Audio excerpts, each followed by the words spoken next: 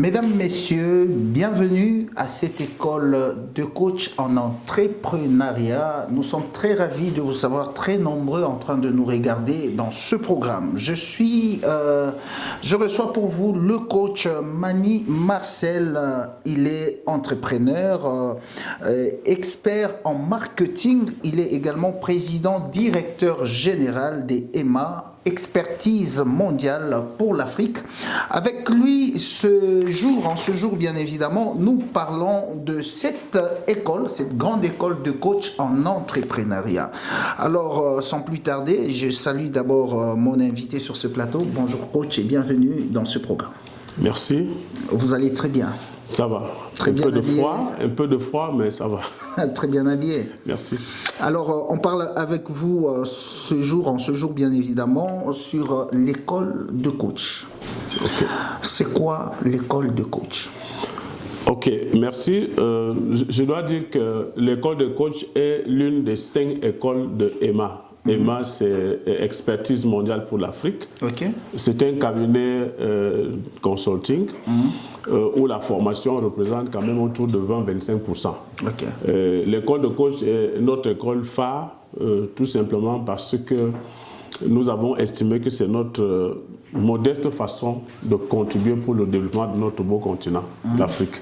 Il s'agit de quoi? Il s'agit de regarder autour de nous et on va constater que des jeunes se lancent dans l'entrepreneuriat dans tous les pays. Okay. Vous avez constaté que depuis une dizaine d'années exactement, la plupart des pays ont adopté, n'est-ce pas, la création d'un guichet unique qui facilite, n'est-ce pas, la création des entreprises. Et c'est pour ça également que le nombre de PME en Afrique a augmenté chaque jour. Ça, c'est encourageant. Et nous voulons nous positionner, on s'est dit, OK, face à cette croissance, n'est-ce pas, des jeunes entrepreneurs qui naissent chaque jour dans nos villes, dans nos pays, il faut trouver des personnes qualifiées pour les accompagner. Parce que l'entrepreneuriat n'est pas facile, parce que l'entrepreneuriat demande beaucoup de prérequis. Et c'est pour ça que nous avons décidé de mettre en place cette école qui est donc l'école qui forme les personnes pour venir former les entrepreneurs. Donc nous formons des coachs en entrepreneuriat. Vous formez le coach en entrepreneuriat finalement dans quel pays? Dans toute l'Afrique, dans le monde entier ou justement dans un pays cible? Ok, très bonne question.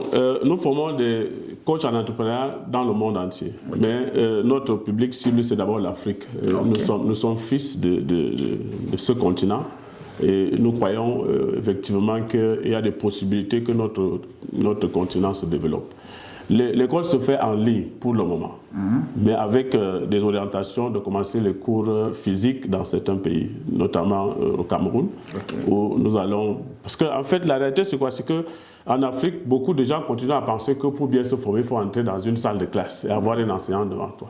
Mais ça aussi, c'est très limité. Premièrement, parce que à l'école de coach, pour avoir les enseignants qualifiés dans tous les domaines qu'il faut, tu ne peux pas facilement les trouver dans un seul pays.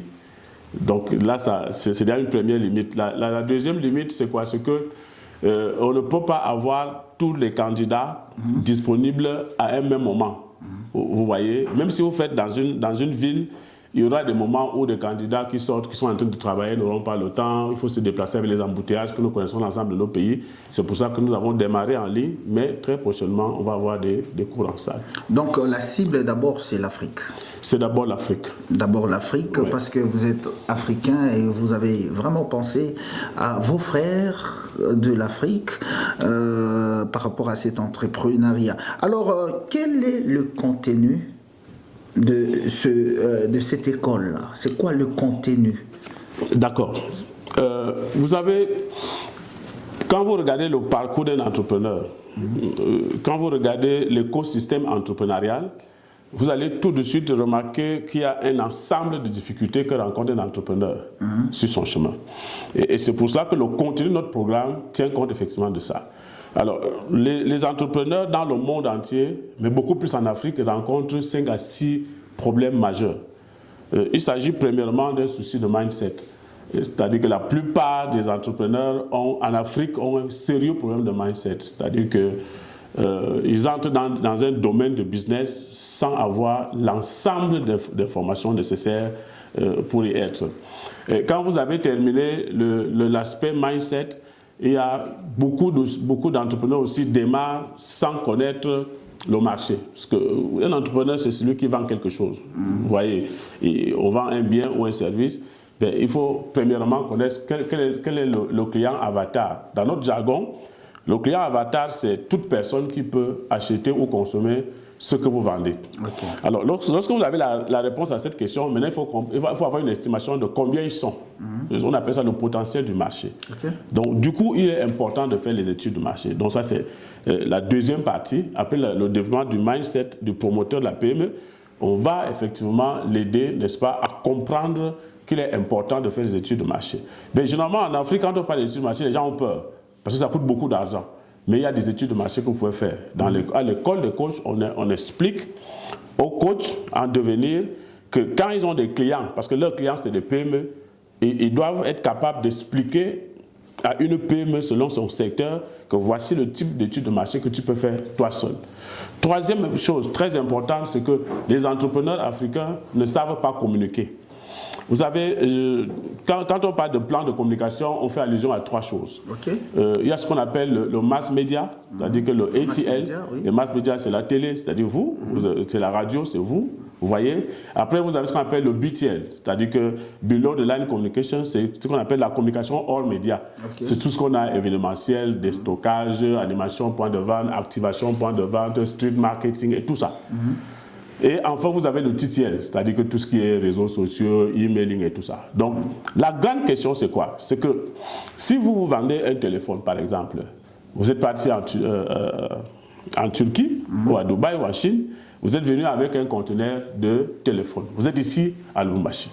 La première question, c'est que comment vous faites pour que l'ensemble des personnes qui peuvent acheter au téléphone soient au courant que vous avez le téléphone. Il faut communiquer. Maintenant, vous communiquez, vous commencez par où? La télé, oui. Ah ben, la télé coûte très cher. Vous savez, quand vous faites une campagne de communication, il faut être capable de l'évaluer. On évalue une campagne de communication avec trois choses. La première chose, c'est ce qu'on appelle le coverage, la couverture. La campagne a atteint tel nombre de personnes. La deuxième chose, c'est le cost, le coût. Ça m'a coûté combien? Et la troisième chose, c'est de convenience, c'est-à-dire que l'efficacité. Combien de personnes ont vu la publicité et sont venues acheter ce que je vends? Je peux vous dire, je ne sais pas si vous-même vous êtes capable de me rappeler la dernière fois que vous avez fait un achat parce que vous avez vu la publicité à la télé. Donc la télé n'est pas l'endroit indiqué pour les PME parce qu'elle coûte cher, parce qu'elle touche un monde varié, tu ne peux pas facilement cibler. Donc elle coûte cher pour rien, pour les PME. Deuxièmement, quand vous êtes au niveau du BTL, est-ce que vous allez avoir une équipe de vente externe? Est-ce que vous avez la capacité de payer? Il y a beaucoup de questions. Et la question principale, c'est quoi? Il faut qu'on enseigne aux entrepreneurs, et c'est ce que nous enseignons à l'école de coach, ce qu'on appelle la combinaison des canaux de communication. La meilleure combinaison des canaux de communication. Ça veut dire qu'un coach en entrepreneuriat doit être capable de te dire, selon ce que tu vends, il te faut combiner la radio avec le marketing digital. Où il te faut faire un panneau publicitaire avec les flyers. Donc, c'est pour ça que la troisième partie, n'est-ce pas, concerne donc le plan de communication. Si je comprends bien, chaque produit a sa manière de faire sa promotion. Effectivement. On ne fait pas la communication d'une voiture comme on ferait la communication d'un cabinet de consulting. Ce n'est pas la même chose. Okay. Bon, maintenant, quatrième point, c'est ce qu'on appelle le plan marketing stratégique. Ça, c'est la clé dans notre vie, dans la vie de toutes les entreprises également. À chaque début d'année, chaque entrepreneur doit réunir son équipe et décider de l'objectif à atteindre en fin d'année en termes de chiffre d'affaires, en termes d'estimation de vente, en termes de part de marché. Et c'est ça qui permet que, après avoir défini l'objectif, qu'on se dise maintenant comment on fait pour atteindre l'objectif, ça qu'on appelle la stratégie. Et au jour d'aujourd'hui, il est difficile de vendre sans adopter ce qu'on appelle des concepts innovants de vente. Parce qu'en réalité, au jour d'aujourd'hui, le consommateur africain qui est à Lubumbashi, qui est à Douala, qui est à Abidjan, avec toutes les chaînes de télévision qui existent au niveau du monde actuellement, dans les différents bouquets, il voit tout ce qui se passe partout. Donc, ses habitudes de consommation changent chaque jour. Donc, il devient plus exigeant. Vous devez donc adopter des concepts, effectivement, pour l'amener à acheter ce que vous faites. Maintenant, quand on a réussi à produire de l'argent, parce que la stratégie permet de produire de l'argent, permet de vendre beaucoup, vendre en volume, et l'entreprise a donc du retour financier. Il faut donc enseigner aux entrepreneurs comment on utilise l'argent. On parle donc d'éducation financière et le reste. Et à la fin, donc, on enseigne aussi, effectivement, aux coachs les voies, des moyens pour avoir le financement, ce qui est aussi important pour les entrepreneurs africains. Alors, quelle est la particularité de cette école?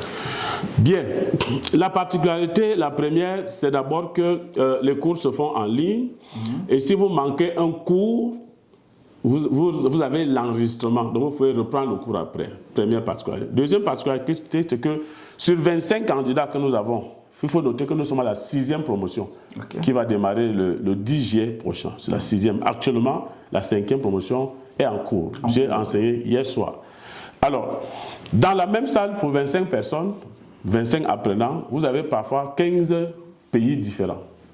Vous avez le Congo, vous avez les 2 Congos, vous avez le Cameroun, vous avez la Côte d'Ivoire, vous avez la Belgique, vous avez le Canada, vous avez les États-Unis. Et ça crée une diversité culturelle formidable. Parce qu'en fait, dans le cadre des cas pratiques, où nous donnons les devoirs que nous donnons aux apprenants, chacun définit le contexte dans lequel il est, et c'est formidable. Très rapidement, à la fin, vous avez l'impression que vous maîtrisez un peu comment les choses se font en Côte d'Ivoire, en Afrique de l'Ouest, en Afrique centrale, ici en RDC et dans d'autres pays. Ça, c'est une autre particularité. L'autre particularité, c'est que à la fin de cette formation, chaque apprenant a un métier. Ça veut dire que chaque apprenant va avoir une source de revenus supplémentaire. Parce que pendant les 6 mois, il y a un cours que moi je donne particulièrement, qui s'appelle le plan marketing stratégique. Ça nous prend 2 mois. Et à la fin des 6 mois, si chaque candidat qui est capable de développer un plan marketing pour un client obtient $2000. Parce que le plan marketing coûte $2000. Ça veut dire quoi? Ça veut dire que si je fais le plan marketing stratégique de votre chaîne de télévision, la maison va me payer $2000. Ça veut dire que, et la bonne nouvelle, c'est que vous continuez à faire ce que vous étiez en train de faire avant. Tous mes apprenants, la plupart sont des hommes d'affaires, les femmes d'affaires et tout. Donc vous allez au boulot, vous êtes dans votre bureau, vous travaillez, et puis le soir, vous ouvrez votre ordinateur, vous écrivez votre plan marketing, ça vous donne $2000 à la fin du mois. Mais la question c'est, en Afrique, combien de personnes gagnent $2000 en allant travailler de 8h à 17h? Je vous rappelle que 80% des travailleurs africains gagnent moins de $500. 80%, c'est des études. Ouais. C'est des études. Donc, vous avez où cette estimation, ce sondage? Ok, je voudrais rappeler que j'ai travaillé pendant 10 ans dans un cabinet d'études de marché. Donc on a des sources, par exemple le US Government qui fait des études chaque fois. Le US Government fait les études chaque fois, la Banque mondiale fait les études chaque fois, et on a des informations par rapport à ça.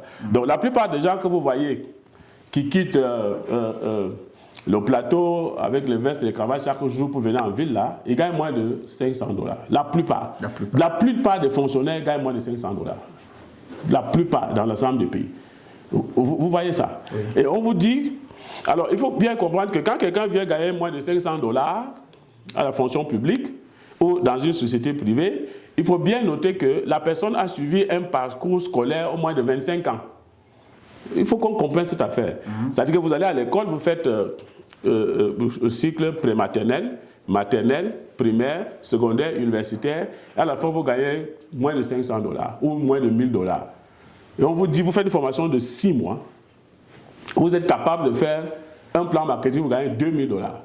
Donc il y a un problème de mindset que les Africains doivent apprendre à se faire violence.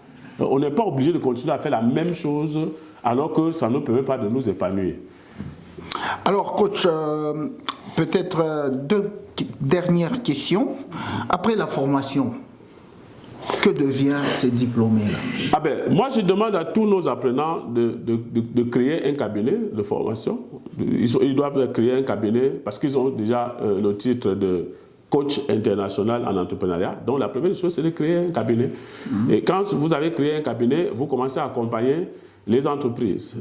Et il y a des gens qui ont des idées. Vous pouvez les aider à transformer les idées en projet. Ils vont payer quelque chose. D'autres qui ont un problème. Parce qu'en fait, il faut savoir que quand une PME arrive dans un cabinet chez un coach, La première chose que le coach fait, c'est ce qu'on appelle le diagnostic. Donc, il sait un peu. Moi, j'ai développé 2 questionnaires qui sont les diagnostics que j'ai donnés gratuitement à l'ensemble de nos apprenants. Et ces questionnaires te permettent de savoir quelle est la maladie de l'entreprise. Et puis, ça te permet donc de savoir quel est l'outil que tu peux lui donner. Et tous ces outils sont vendus, y compris le plan marketing qui est un outil. Le plan de communication, c'est un outil. Le company profile, c'est un outil. Il y a plein d'autres outils qu'on donne à nos apprenants dans cette école. Vous avez la durée, c'est pour quand? 6 mois. 6 mois, vous avez parlé de la durée et vous avez dit que la formation n'est pas jusque-là en présentiel, c'est en ligne. C'est en ligne et c'est 2 fois par semaine seulement. 2 fois par semaine. Mais j'avais une petite question parce qu'on court derrière le temps. Il y a quelqu'un qui veut aussi être formé par vous, mais il n'a pas de moyens, il ne sait même pas se payer une machine. Oui, il va chercher une autre école où il peut continuer les prières pour avoir les $2000 pour venir faire le cours. Et c'est quoi le coût de la formation? Bon, la formation était à $2000 pour les 4 premières sessions, promotions. Comme il y a beaucoup de personnes qui posent le problème que vous avez posé, et pour ne pas faire croire aux gens que je suis là uniquement pour des questions pécuniaires, on a décidé de réduire le montant, c'est à $1000 maintenant, plus $50 d'inscription. Et les gens peuvent payer par tranche. $1050. Oui, et ils peuvent payer par tranche. 6 mois de formation. Et puis la personne sort. Comment il sort? Gradué, licencié ou breveté? Non, on n'a pas besoin de ça. On est d'accord que ces papiers-là ne servent pas à grand-chose, non? On a démontré ça. Si le gradué ne peut pas te permettre d'avoir $2000 et que tu obtiens un papier qui te permet d'avoir un minimum, et puis vous pouvez faire 2, 3, 4 plans marketing par mois. Ça, c'est possible. Lorsque vous terminez la formation, c'est l'école qui vous donne votre premier client. Ça veut dire quoi? C'est-à-dire que vous investissez $1000. Pendant 6 mois, vous terminez la formation. Quand vous sortez de l'école, on vous remet un certificat et on vous oriente vers un premier client qui va vous payer $2000 quand vous développez son plan marketing. Et si j'ai bien compris, cette formation, elle est en cours, mais la nouvelle formation commence le 10 juillet. Le 10 juillet, effectivement. Donc les inscriptions sont déjà en cours. Nous avons enregistré 11 candidats. Donc il nous reste 9 plus 5, il nous reste 14 candidats. Et comment s'inscrire? Vous entrez dans notre site internet www.emafrique.com et vous êtes en contact avec quelqu'un qui vous envoie les informations nécessaires pour l'inscription. Alors, on a parlé avec vous sur l'école de coach en entrepreneuriat. C'est pratiquement par ici que nous mettons un point à cet entretien avec le coach Mani Marcel. Merci à vous tous de nous avoir suivis. Au revoir.